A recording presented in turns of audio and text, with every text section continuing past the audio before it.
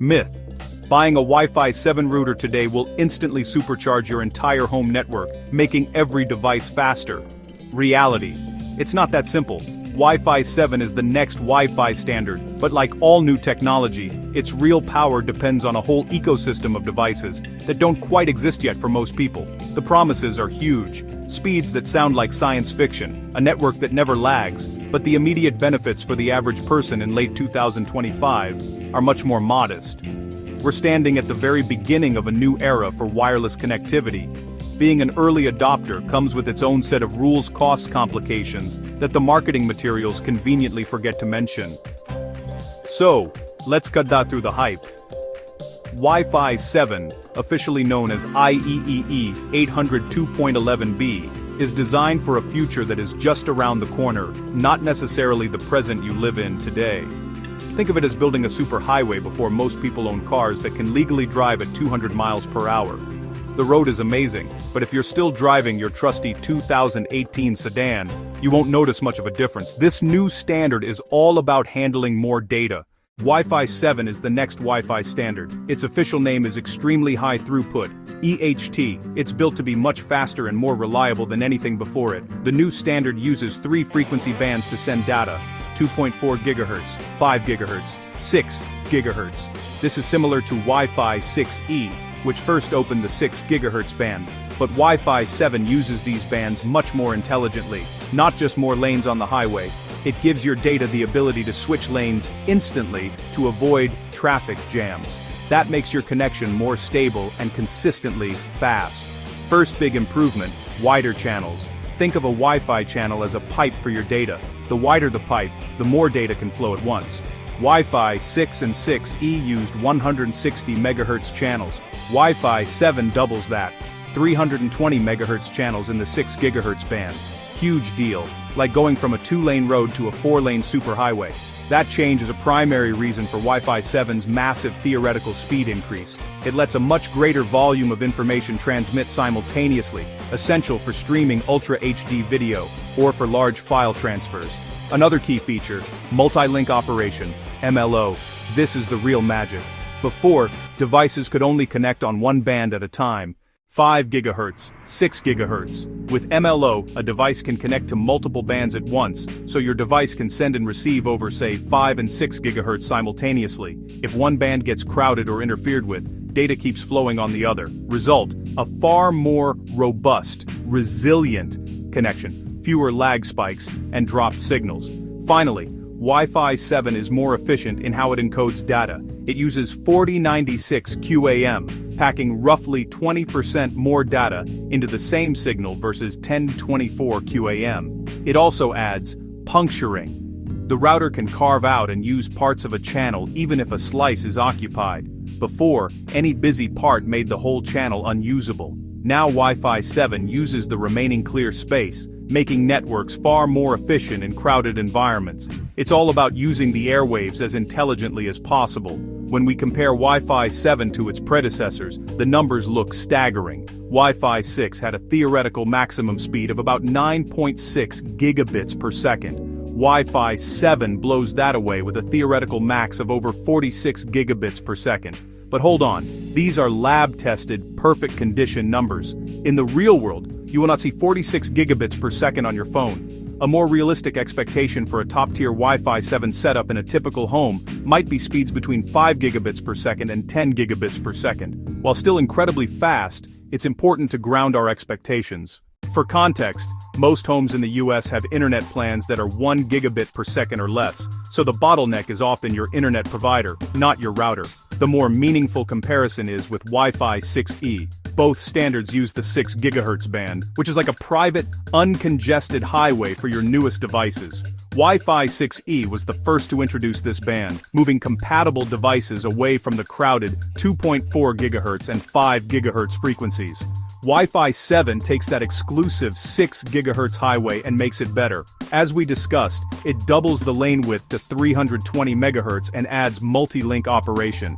So while Wi-Fi 6E gave you a new road, Wi-Fi 7 gives you a faster, smarter car that can drive on multiple roads at once.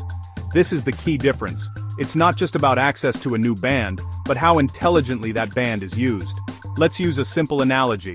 Imagine your Wi-Fi network is a delivery service. Wi-Fi 6 improved the delivery truck, making it more efficient at carrying many small packages to different addresses, better for many smart home devices. Wi-Fi 6E gave that truck access to a new empty expressway, the 6 GHz band, so it could travel without traffic. Wi-Fi 7 gives the truck a major engine upgrade, 320 MHz channels, a backup engine, MLO, and a hyper-intelligent GPS that can split a single delivery across 2 different expressways at the same time to guarantee it arrives on time. This makes the delivery not just faster, but incredibly reliable. Section 5. The catch. Your devices aren't ready yet. Here is the most important part of this entire discussion. A Wi-Fi 7 router is only half of the equation. To get any of the benefits we've talked about, the faster speeds, the lower latency, the multi-link operation, you need a Wi-Fi 7 client device.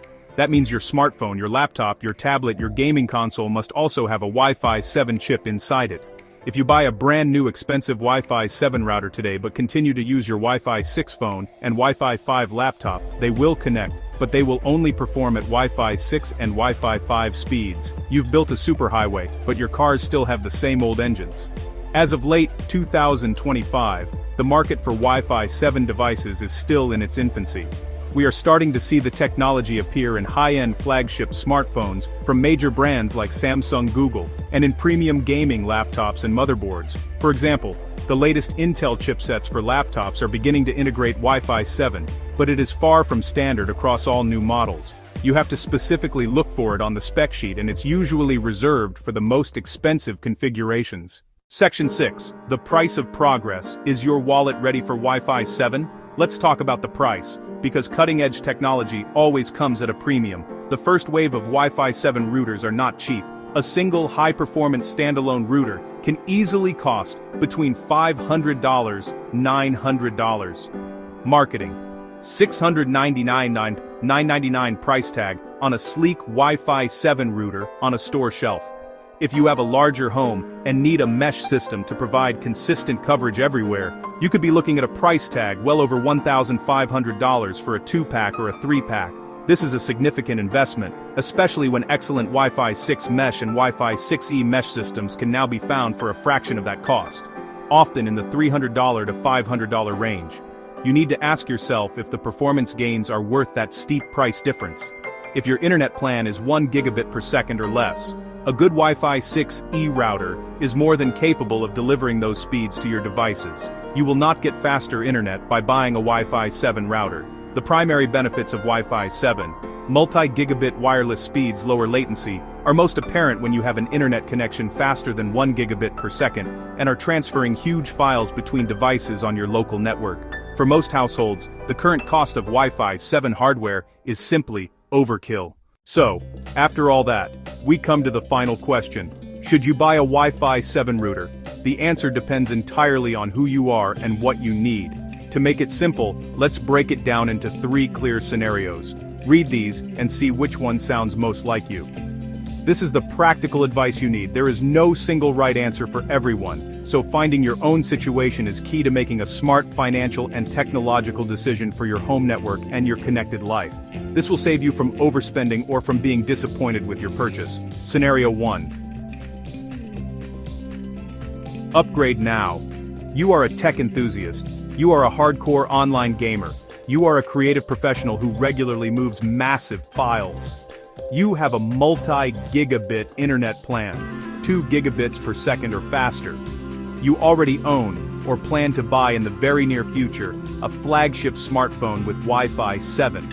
You already own, or plan to buy in the very near future, a high-end PC with Wi-Fi 7. For you, latency is a killer.